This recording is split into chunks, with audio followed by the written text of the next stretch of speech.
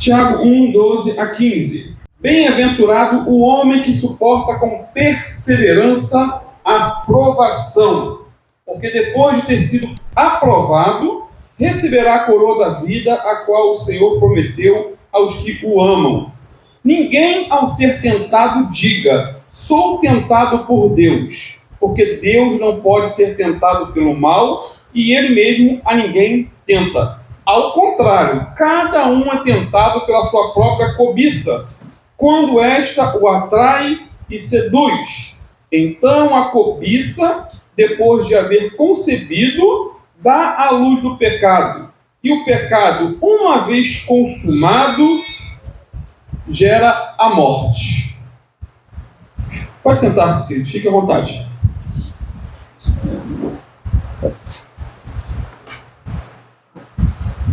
Provação, tentação. O foco básico do texto que lemos é esse. Qual a diferença entre tentação e provação?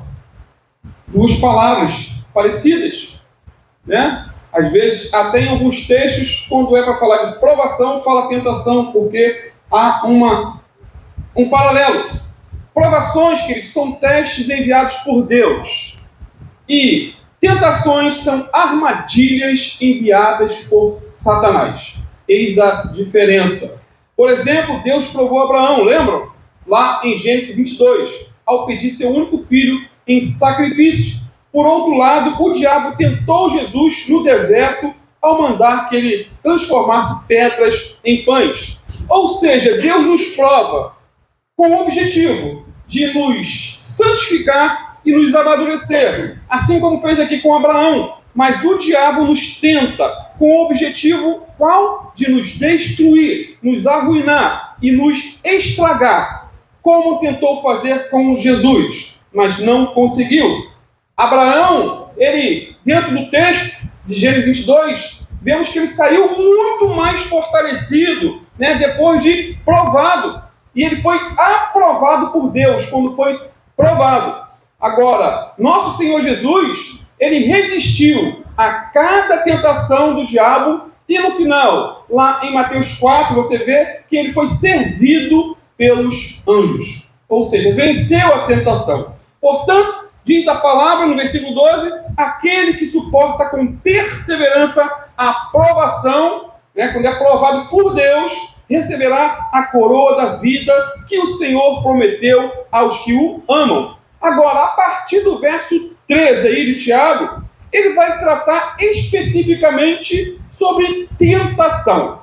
Ele para de falar de provação, mas vai enfatizar a tentação. Ele deixa de lado as provas que são enviadas por Deus para concentrar-se na tentação, ou seja, o desafio nosso de cada dia. Vou repetir, tentação é o desafio nosso de cada dia. Cada dia. Agora, o que é tentação? Tentação, podemos dizer que é aquela voz dentro da gente, uma voz do diabo ou da nossa natureza pecaminosa que diz: faz isso, vai em frente, não vai acontecer nada, ninguém está vendo, ninguém vai ficar sabendo. Experimenta. Lembra? Isso aí há uns mais de 10 anos atrás tinha uma propaganda de cerveja. Experimenta. A pessoa está olhando a cerveja ali, daqui a pouco ela experimenta. Só não mostra o outro lado da história, né? A pessoa afundada no alcoolismo, mas a vozinha do diabo é experimenta. Ou seja, tentação é aquela voz sutil que nos chama para experimentar algo de errado. Isso é tentação. Quem já ouviu essa voz? Essa vozinha aí é sinistra. Ela fala e fala alto. Uma coisa podemos ter certeza: essa não é a voz do Espírito Santo. Até porque o Espírito Santo fala conosco, mas não nos manda experimentar um copo de cerveja, não nos manda experimentar um cigarro, Não, ele nos leva à palavra, ele nos leva à oração, ao jejum, ele nos convida a ir à igreja, congregar, estar com os irmãos. Essa é a voz de Deus. O diabo nunca vai mandar você ir para a igreja. Não, ele sabe que aqui é o local em que Deus é adorado, louvado, exaltado e a palavra dele é pregada. Porém, temos que atentar que a voz do diabo, do mundo e da nossa carne nos chama para pecar. E o pecado sempre começa com a tentação. Tentação. Irmãos, não existe possibilidade alguma de vivermos a vida cristã sem que sejamos tentados. E tentados diariamente, ininterruptamente, constantemente. Até porque ninguém precisa sair atrás da tentação. Ninguém precisa sair correndo, buscando. Ela vem naturalmente. Naturalmente. Por exemplo, Davi, ele estava em seu palácio. Ele deve ter ouvido, né, o texto bíblico não diz, mas deve ter ouvido uma voz sutil, dizendo, vai dar um rolezinho no teu palácio, aí pela sacada. E ele atendeu aquela voz. Ali, ele olhou para uma mulher tomando banho. Eu não sei que aquela mulher também, sem vergonha, estava tomando banho diante do palácio do rei. E ele caiu em pecado. Levou desgraça para a sua família. Tudo começou com uma tentação, com uma vozinha do diabo. Então, o inimigo sempre nos tenta primeiro com coisas aparentemente insignificantes. É uma vozinha sutil. Vai, faz. Experimenta. Por exemplo, o viciado em cocaína, ele começa com o quê? Com um cigarro, depois vai para um baseado, depois cheira uma carreira de cocaína, até se tornar o quê? Um dependente químico. Uma pessoa afundada nas drogas, tendo que ficar sendo internado em clínicas de recuperação e muitos não conseguem vencer essa praga. O alcoólatra começa o quê? Com um copinho de cerveja.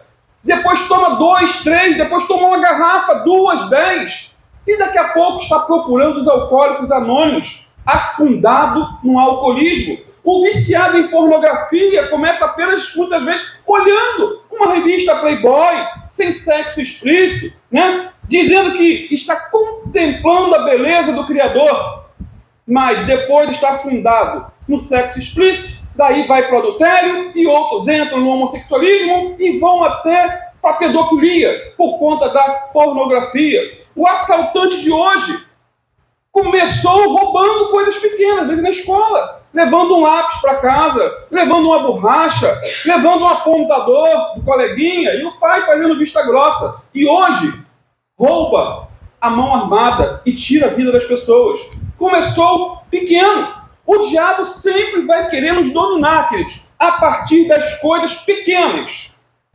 insignificantes. Sempre vai querer, ou vai falar no coração, experimenta. Experimenta. Talvez você goste. Portanto, precisamos atentar para o fato de que a mente, aqui, coração, é a arena onde ganhamos ou perdemos a batalha nossa de cada dia. Tudo que uma pessoa faz, seja algo bom ou ruim, começa em seu coração, começa em sua mente, nos seus pensamentos. Provérbios 4, 23 diz assim, acima de tudo que se deve guardar, guarda o teu coração, porque dele procedem as fontes da vida. Guarda o coração, guarda os pensamentos, cuidado com as vozinhas que você ouve. Há pessoas que mandam, há pessoas que ouvem voz. Acaba com a vida, desiste. Você foi longe demais. E a pessoa acredita na voz e dá cabo da vida. Quantas e quantas histórias não ouvimos de pessoas que jogam da ponte? E mais, queridos, a nossa vida secreta, aquelas atitudes e comportamentos que escondemos dos outros, são de interesse especial, peculiar, do diabo. Ele não tem poder de ler a nossa mente, não tem, né? Mas observa o que assistimos, observa aquilo que lemos, aquilo que falamos. E essas coisas indicam as áreas que são vulneráveis em nossas vidas. Ele fica, o ponto fraco daquele sujeito é esse. É isso, é aquilo. Por conta daquilo que fazemos, daquilo que vemos, daquilo que falamos. Sendo assim, não importa quantos anos você tem de crente, se é crente ou não. Não importa quantas horas você ora por dia. Não importa qual a sua função ministerial dentro da igreja. Se é pastor, se é obreiro ou é membro de igreja. Não importa. Não importa a qual igreja você congrega. Não importa a sua formação teológica. Se você é um doutor em teologia ou é um simples leitor da Bíblia, que vale muito mais do que muitos doutores em teologia. Todos nós temos pontos vulneráveis e suscetíveis à tentação. Cada um, diz Tiago, cada um é tentado. Isso? Versículo 14. Pastor é tentado, ovelha é tentada. Cada um. Tentação não é só para jovem, não é só para adolescente. Cada um. Novo convertido e velho convertido. Cada um é tentado. Cada um tem o seu calcanhar de Aquiles. Ou seja, cada um tem o seu ponto fraco. Abraão tinha o seu. Lembra? Abraão mentia com facilidade. A fraqueza de Pedro, o apóstolo, era o seu temperamento. Ele era intempestivo. Ele era estourado, sanguíneo, precipitado. Não pensava antes de falar. Falava e depois via as consequências. A burrada que tinha feito. O fraco de Sansão eram o quê? As mulheres proibidas. Todo o relacionamento de Sansão era promíscuo. Gostava de prostitutas. Quando Paulo escreveu a segunda carta de Timóteo, ele fez menção de 2 homens. Nome bonito para botar no filho. Vai, Dani, pelo amor de Deus. Himeneu e Fileto. Paulo falou desses 2 homens, Himeneu e Fileto, e disse que as palavras deles corriam ou corroíam como gangrena, como câncer. Imagina, queridos. Uma pessoa que tem as palavras que corroem como câncer, como gangrena. Ou seja, o fraco deles era o quê? A língua. Talvez esse seja o ponto fraco de muitos aqui, nessa noite. É o ponto fraco da maioria dos seres humanos. A língua. Quem nunca fez uma fofoquinha? Quem nunca contou uma mentirinha, se é que há mentirinha? Queridos, nada é mais danoso, nada é mais prejudicial e perigoso para a saúde do corpo de Cristo do que uma língua indisciplinada e carregada de veneno mortal. Uma língua indisciplinada, caluniosa, maldosa, destrói uma família, destrói uma igreja. Uma pessoa pode acabar com a vida do pastor, com a sua língua, inventando uma história inexistente. Então, cada um tem um ponto fraco e precisa vigiar dobrado nesse quesito. Sabe por quê? Nosso maior inimigo não é o diabo. Não. O seu maior inimigo não é sua sogra, seu cunhado, seu vizinho, nem o seu patrão. Tem gente que pensa que o patrão é inimigo dele. Paga o salário, mas vê ele como inimigo. Não, queridos. O nosso maior inimigo somos nós mesmos. Nós mesmos. Meu maior inimigo sou eu. Seu maior inimigo é você. É com ele que você dorme, acorda, caminha, trabalha, dirige, almoça. É com você mesmo que você toma café de manhã. Portanto, o nosso maior desafio, em primeiro lugar, é vencer a nós mesmos.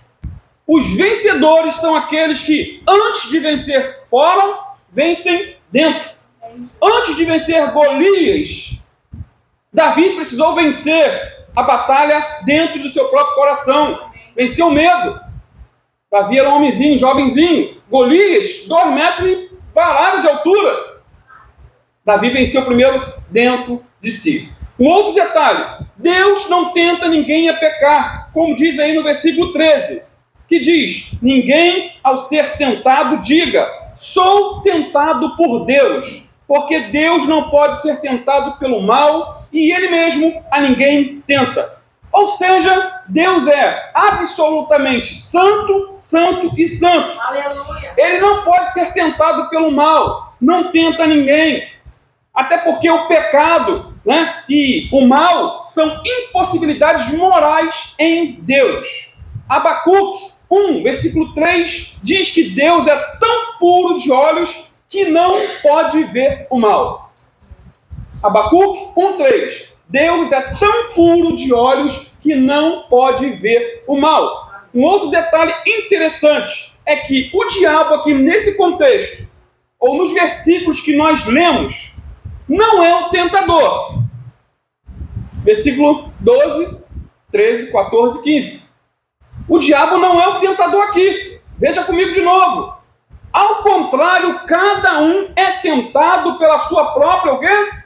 Cobiça. Cada um.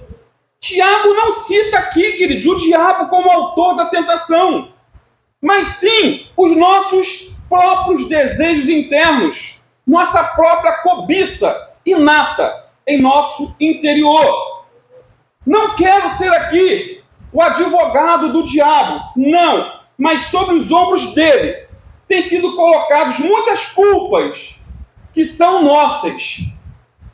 Repito, sobre os ombros do diabo têm sido colocadas muitas culpas que não são dele, mas que são nossas. A pessoa procura sarna para se coçar, peca de maneira descarada e diz: o diabo me tentou e eu caí. Aí ele vira o bode expiatório. Aí a pessoa, em vez de se arrepender, vai buscar libertação. Pastor, ora para me libertar. Não, você não precisa de libertação. Você precisa de arrependimento, de conversão. É claro, queridos, que o diabo é o tentador por excelência. E não podemos negar essa verdade. Não estou fazendo aqui apologia. Estou falando que ele é um tentador. Mas no texto que lemos, nós é que procuramos o pecado. O diabo tentou o primeiro casal no paraíso. Lembram? E também tentou Jesus no deserto.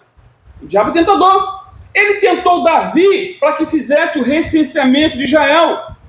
Ele tentou Jesus para afastá-lo da cruz. Não vai para a cruz não, Jesus. Foi o diabo que usou Pedro. Mais à frente, em sua carta, Pedro vai dizer que o diabo anda em derredor, procurando a quem possa tragar. Anda em derredor, sabe por quê? Porque ao redor estão os anjos de Deus. Aleluia. Amém? O diabo anda em derredor. Se você estiver acampado, abrigado à sombra do Altíssimo, o diabo vai estar ao teu redor, os anjos de Deus estarão ao seu redor. E ao seu derredor, o diabo. E Tiago vai dizer também que temos que nos submeter a Deus, resistir ao diabo, e ele vai fugir de nós. Tiago 4:7, e vamos ver isso mais à frente. Porém, queridos, não podemos culpar o diabo pelo pecado que nós cometemos livremente. O culpado é o diabo, não. O culpado sou eu. Somos nós. É você, sou eu. E mais, muitas vezes pensamos no pecado como um ato único, isolado. Assim, tipo, fulano caiu, pastor de renome. Foi um acidente. Não, querido. Aquilo ali foi uma sequência de fatores que foi levando um processo, por assim dizer, um caminho trilhado até chegar ao pecado consumado. A Bíblia olha o pecado nessa perspectiva. E Tiago descreve esse caminho, ou esse processo, em 3 estágios, que nós vamos ver agora. Foi só a introdução, tá? O primeiro estágio é o da cobiça, ou o desejo ardente. Tudo começa com a cobiça, com o desejo. Versículo 14. Cada um é tentado quando atraído e engodado pela sua própria concupiscência. A palavra concupiscência, que dobra a língua, significa desejo intenso, desejo ardente. E aqui no texto, essa palavra pode se referir a qualquer tipo de desejo. Seja desejo bom, seja um desejo ruim. Qualquer tipo de desejo, puro ou impuro. Até porque, queridos, os desejos normais e naturais da vida foram dados por Deus e não são pecaminosos em si mesmos. Desejos normais e naturais não são pecaminosos por si mesmos. Temos vontades e desejos diariamente. Sem esses desejos, não viveríamos normalmente. Por exemplo, se a fome ou a sede não existisse, ninguém comeria nem beberia e todos morreriam. Desejo normal, fome e sede. Se não fosse pelo cansaço, o corpo nunca descansaria e acabaria se esgotando e morrendo. O desejo sexual é normal, sem ele, a raça humana não teria continuidade e deixaria de existir. A raça entraria em extinção. Imagine todo mundo morrendo, os velhos, não tem mais filhos, acaba tudo. O desejo, por exemplo, de progredir, avançar, prosperar, também é normal, um desejo normal. Sem ele, a sociedade ficaria estagnada e a fome iria imperar no mundo. Imagine que se não tivesse a tecnologia que hoje tem a agricultura, com tanta gente no mundo, ia ter fome em massa.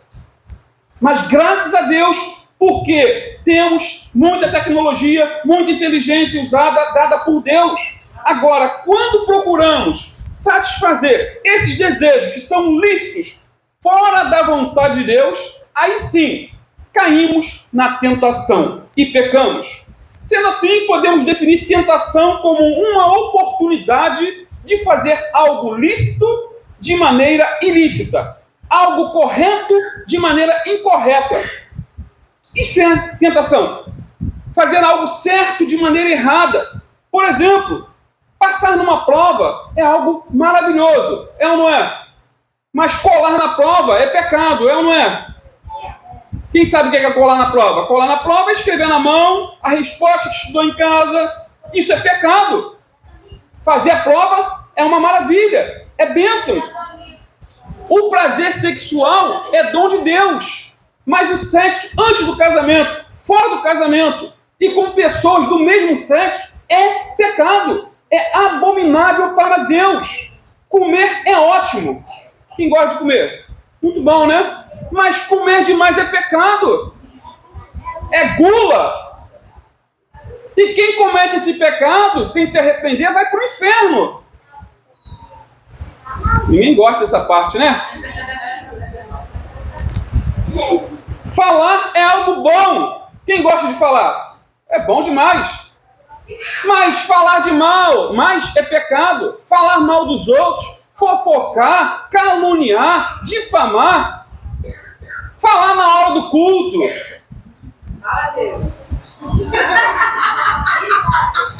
Então, queridos, a cobiça é a tentativa de satisfazer um desejo normal de maneira anormal, fora da vontade de Deus. Isso é cobiça. O segundo estágio para a queda é um engano. É um engano. Olha aí no versículo 14. Mas cada um é tentado quando atraído e engodado pela sua própria concupiscência. Atraído e engodado. Atraído e seduzido. Queridos, o estágio do engano é exemplificado aqui por duas figuras interessantes. E por demais interessantes. A figura do caçador e a figura do pescador. Os pescadores de plantão, fiquem atentos. E os caçadores também. Os termos atraído e seduzido, aí no versículo 14, vem da pesca e vem da caça, respectivamente. Tanto o pescador como o caçador, eles precisam de usar uma boa isca para fisgar a sua presa, é ou não é? Uma boa isca. Por exemplo, nenhum animal entra numa armadilha sem uma isca apropriada. E nenhum peixe morde um anzol vazio. Morde, Léo, se botar um anzol vazio? Não, tem que ter uma isca. Imagina fazer uma arapuca para pegar uma gambá. Ou tenta pegar uma rolinha, sem botar um milho ou alguma coisa assim. Tem que ter uma isca. A isca é aquilo que atrai o idiota do animal. A A ideia, então, é esconder a armadilha e o anzol das vítimas. O mesmo acontece conosco. Seja adulto, velho, criança, jovem. Velho não. Velho é o diabo, né? Maduros. Todos têm as suas iscas apropriadas. A tentação sempre tem uma isca que apela para os desejos naturais humanos. A isca usada pelo diabo para a queda do primeiro homem, quem lembra? Foi o fruto da árvore do conhecimento do bem e do mal.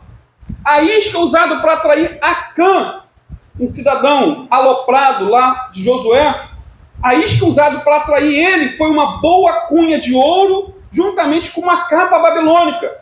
Ele foi atraído por aqueles objetos de valor, pegou os objetos, roubou na verdade, guardou dentro da tenda. E houve desgraça no meio do povo de Israel por causa daquela atitude, daquele homem. A isca usada para levar Davi ao pecado, ao adultério, foi uma mulher formosa tomando banho. A isca usada para levar Judas a vender Jesus foram 30 moedas de prata. Então, essas iscas são usadas até hoje para nos levar ao pecado. Elas não apenas nos atraem, como também escondem o fato de que a satisfação desses desejos resultará mais cedo ou mais tarde em grande tristeza e castigo. Por trás da isca, você não vê as consequências, mas as consequências, mais cedo ou mais tarde, elas vêm e cobram caro, com juros e correção monetária. Muitas vezes o que nos empolga a natureza humana, é a isca. Mas depois da isca está o pecado camuflado, escondido. Para os homens, essa isca pode ser uma mulher atraente no trabalho ou na rua. Para as mulheres, a isca pode ser um elogio por sua beleza, por sua elegância, simpatia, por sua inteligência. A mulher é cativada pelas palavras, atraída pelo que ouve. O homem é atraído por aquilo que ele vê. Para os jovens, a isca pode ser um convite para uma festinha na faculdade ou na vizinhança. Festinha regada a muita bebida, sexo e rock and roll. Isca. E quantos vão numa isca dessa? Eu ouvi de um caso de um jovem que foi numa isca dessa, foi atraído, engodado, encheu a cara. Quando acordou, estava dentro de uma banheira cheio de gelo, com um recadinho: chame urgente um médico, hospital. Olha as suas costas. Quando ele olhou, botou no espelho, tinham levado os 2 rins dele. Foi direto dali para a mesa de hemodiálise. Não tinha mais rim. Literalmente. Isca. Caiu, foi engodado. Então, a isca tem como meta nos impedir de ver as consequências do pecado mais à frente. É isca. A isca é um engodo, um engano. Promete prazer e paga com a morte. Promete alívio imediato, mas produz consequências eternas. Promete a solução para um problema. Você vai resolver. É uma isca. Preciso de dinheiro. Vou procurar um agiota. Aí se afoga, fica com uma dívida impagável, literalmente. Fica igual o sujeito lá da parábola que Jesus contou. Uma dívida impagável. Mês, juro após juros. É uma isca.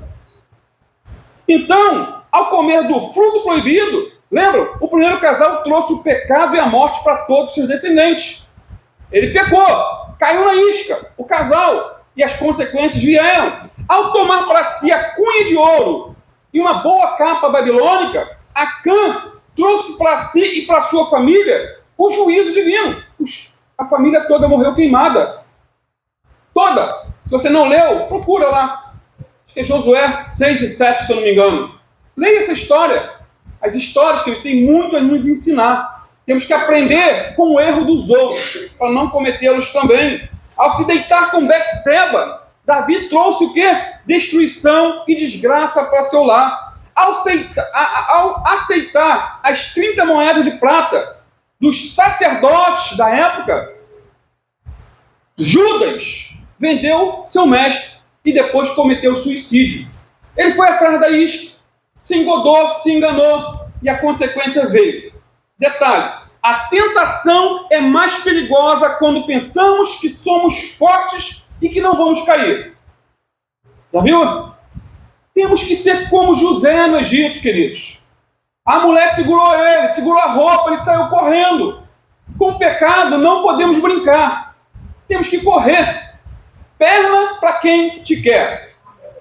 Irmãos, a tentação nunca começa de fora para dentro, mas sempre de dentro para fora. Tiago 1,14 diz que cada um é tentado pela sua própria... Tentado por quem? Pela sua própria cobiça.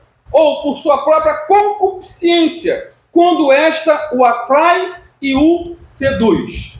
Repito, aqui não está falando do diabo. O diabo é o inimigo. O mundo é o inimigo. Mas o nosso maior inimigo somos nós mesmos. O terceiro estágio da tentação é a consumação do pecado. E eu concluo com esse ponto. Versículo 15. Então a cobiça, depois de haver concebido, dá à luz o pecado. E o pecado, sendo consumado, gera a morte. O pecado consumado é o pecado praticado. A tentação é, como já diziam os antigos, é as aves voando sobre a sua cabeça. O pecado são as aves fazendo um ninho na tua cabeça. Olha a diferença. Pássaro no céu é uma coisa. Ninho na tua cabeça, você pode impedir ou não. Quem gosta? Quem já deixou um pássaro fazer ninho na cabeça? Literalmente falando, não. Mas espiritualmente, muitas vezes. Não é isso? Então, Tiago demonstra aqui, no versículo 15, em termos dramáticos, como a cobiça, que é personalizada como uma mulher, concebe, fica grávida do desejo humano, gera, em consequência, o pecado, gera um filho, a morte, que em seguida mata o próprio pai.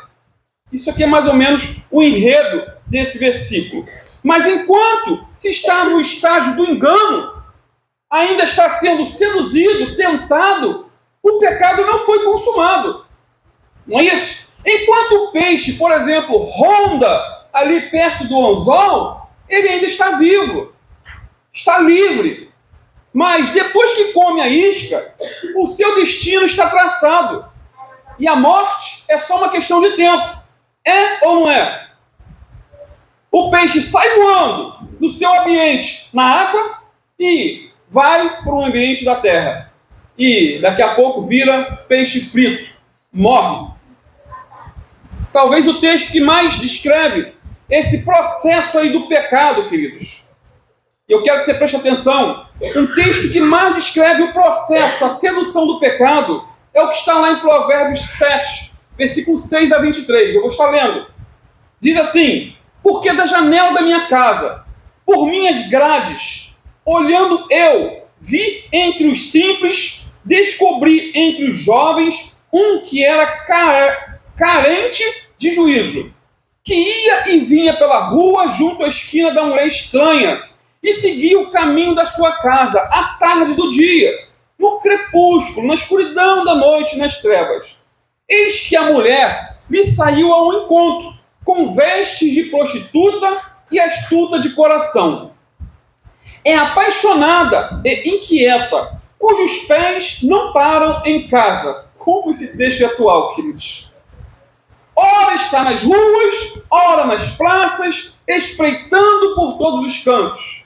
Aqui não era uma prostituta, ela estava com veste de prostituta, mas era uma mulher casada. Aproximou-se dele, do jovem idiota, e o beijou, e de cara imprudente lhe diz: sacrifícios pacíficos tinha eu de oferecer, paguei hoje meus votos, por isso saí ao teu encontro, a buscar-te, e te achei. Deve ter se achado o máximo o sujeito, né? Se achou um galã de novela. Já cobri de colchas a minha cama, de linho fino do Egito, de várias cores. Já perfumei o meu leito com mirra, aloés e cinamomo, alguns perfumes. Vem ao convite, embriaguemo-nos com as delícias do amor até pela manhã, gozemos amores, porque o meu marido não está em casa, saiu de viagem para longe, devia ser marinheiro. Levou consigo um saquetel de dinheiro. Só por volta da lua cheia ele tornará para casa.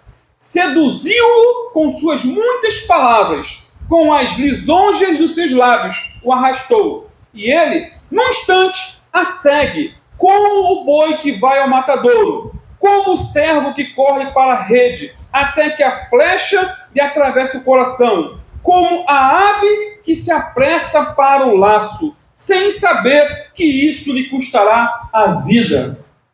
Que texto dramático, queridos, e atual. Atual.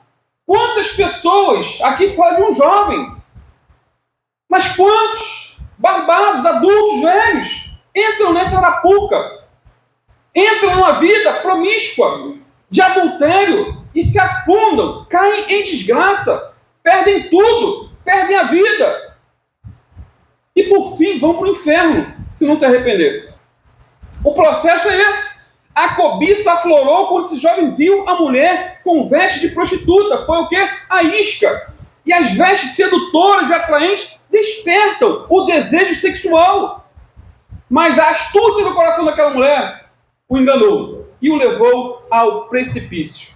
Então o pecado aqui foi consumado. O pecado aqui arruinou esse jovem.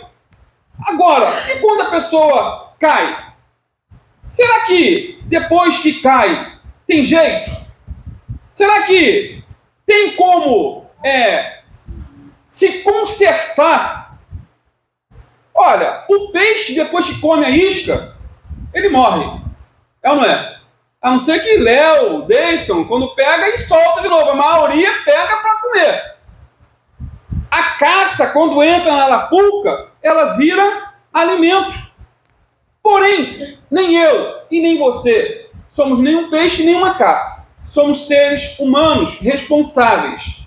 Então, mesmo que você tenha caído, mesmo que você tenha mordido a isca, ou se pelo futuro talvez você venha morder a isca do diabo, saiba que há jeito. Há solução, há poder no sangue de Jesus. Se houver arrependimento verdadeiro, se houver contrição, se houver um bater no peito, como aquele publicano fez lá em Lucas 18. Senhor, tem misericórdia de mim. Senhor, me perdoa. Queridos, Deus é poderoso para tirar a isca da tua garganta e te dar uma nova oportunidade de se levantar para a glória de Deus. Primeira carta de João, capítulo 1. Versículo 7 a 10. Se, porém, andarmos na luz, como Ele está na luz, mantemos comunhão uns com os outros, e o sangue de seu Filho Jesus nos purifica de todo pecado. Se dissermos que não temos pecado nenhum, a nós mesmos nos enganamos, e a verdade não está em nós. Se confessarmos os nossos pecados, Ele é fiel e justo para nos perdoar os pecados e nos purificar de toda injustiça. Se dissermos que não temos pecado algum, fazemos-lo mentiroso e a sua palavra não está em nós. Então, meu amado, em nome de Jesus, se levante. Se você caiu, se arrependa. Busque a presença do Senhor. Faça como o filho pródigo, que ele foi enganado por uma isca diabólica, a isca do mundo, do amor ao dinheiro, da fascinação das riquezas, do amor pelas coisas materiais. E ele foi para o mundo. Terminou ali comendo comida de porco. Mas naquele momento de grande angústia, ele lembrou da casa do pai. Lembrou que tinha alimento na casa do pai. E ele caiu em si e disse: olha, na casa do meu pai tem alimento, tem comida, e eu estou aqui nessa porcaria de lugar. Eu vou me levantar e irei ter com meu pai. E vou dizer para ele: olha, Senhor, pai, pequei contra o céu, contra a terra, já não sou digno de ser chamado teu filho. Trata-me como um servo. E o pai o recebeu. E não deixou nem que ele concluísse a frase. E fez uma festa para ele. Não no sentido de estar compactuando com o pecado do filho, mas celebrando a sua volta, a sua restauração. Amém, querido?